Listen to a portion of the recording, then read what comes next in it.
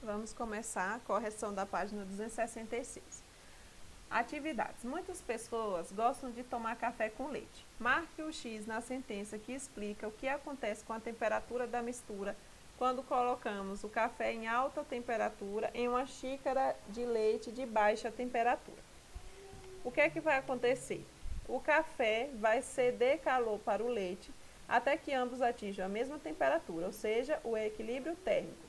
A temperatura ao atingir o equilíbrio térmico será intermediária, a do café e a do leite. Questão 2. Em um dos estágios dos motores de combustão baseados no ciclo Otto, ocorre a liberação de uma mistura de ar e combustível no interior do cilindro. Marque o X no estágio de ciclo Otto em que isso ocorre. Você vai botar a admissão. Vai marcar a admissão. Letra B.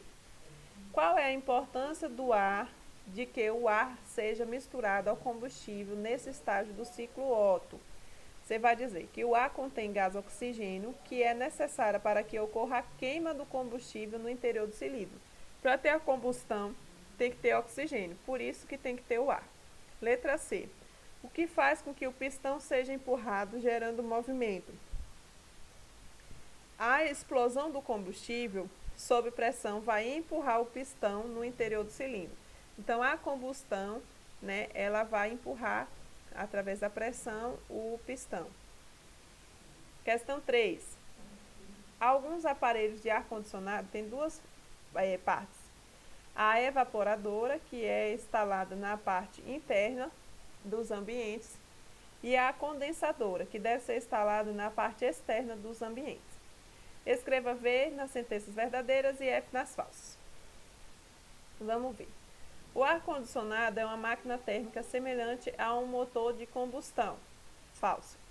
O ar-condicionado é uma máquina térmica que tem funcionamento semelhante ao da geladeira. Verdadeiro.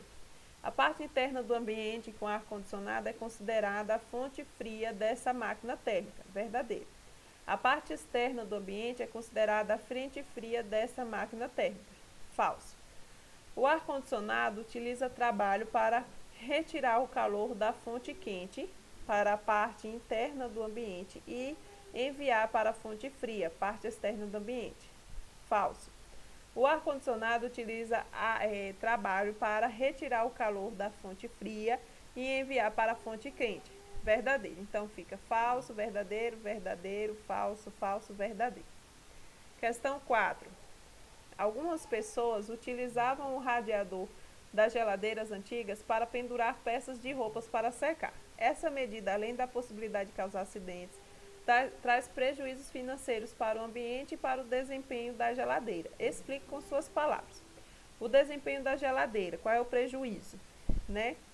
A função do radiador é fazer troca de calor proveniente do interior da geladeira para o ambiente externo. As roupas do radiador vão dificultar essa troca, prejudicando o desempenho da geladeira. Para o ambiente, o que é que vai fazer? A função do radiador é fazer a troca de calor de novo do interior da geladeira para o ambiente. Com as roupas, vai dificultar essa troca, aumentando o consumo de energia elétrica e a demanda da energia nas usinas, o que traz prejuízo, porque a geladeira vai ter que trabalhar mais para poder ter essa troca da geladeira com o ambiente. Vamos lá, página 267, ou 268 agora, Calor e temperatura. Calor é a energia transferida de um corpo para outro por causa da diferença de temperatura, e temperatura é a medida do grau de agitação dos átomos e moléculas de um corpo. As escalas de temperatura mais utilizadas são Celsius, Fahrenheit e Kelvin. Na escala de Celsius, a diferença entre a temperatura de ebulição e solidificação é de 100 graus Celsius. Na escala de Fahrenheit, a diferença entre a temperatura da ebulição e da solidificação da água é 180 graus Fahrenheit. Na escala Kelvin, a diferença entre a temperatura da ebulição e da solidificação da água é de 100 Kelvin.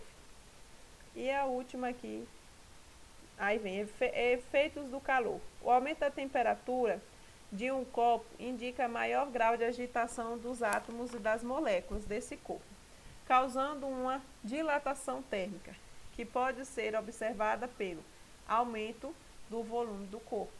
A diminuição da temperatura de um corpo indica menor grau de agitação dos átomos e das moléculas desse corpo, causando uma contração, que pode ser observada pela diminuição do volume. Então, dilatação é aumento do volume, porque aumenta a agitação das moléculas. Contração é diminuição do volume, porque diminui a agitação das moléculas. Página 269. Calor latente e calor específico. A quantidade de calor necessária para que uma substância mude de estado físico por unidade de massa é chamada de calor latente.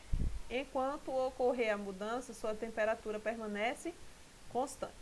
A quantidade de calor necessária para elevar a temperatura de 1 grama de uma determinada substância em 1 grau Celsius é chamada de calor específico.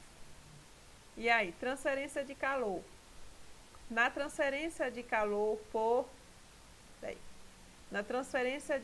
condução térmica, os átomos e as moléculas do corpo, com maior agitação, maior temperatura, transferem a parte dessa energia térmica diretamente para os átomos e moléculas próximos.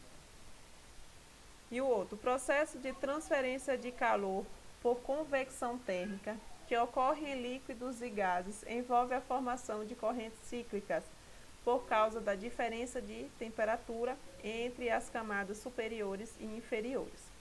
A propagação de calor por irradiação térmica ocorre por meio de ondas eletromagnéticas emitidas pelos corpos. Quanto maior a temperatura do corpo, mais intensa é a emissão desse tipo de onda. E as máquinas térmicas? As máquinas térmicas. Dispositivos que são capazes de realizar o trabalho útil, transformando energia térmica em mecânica. São chamados de máquinas térmicas. Acabamos aí essa correção.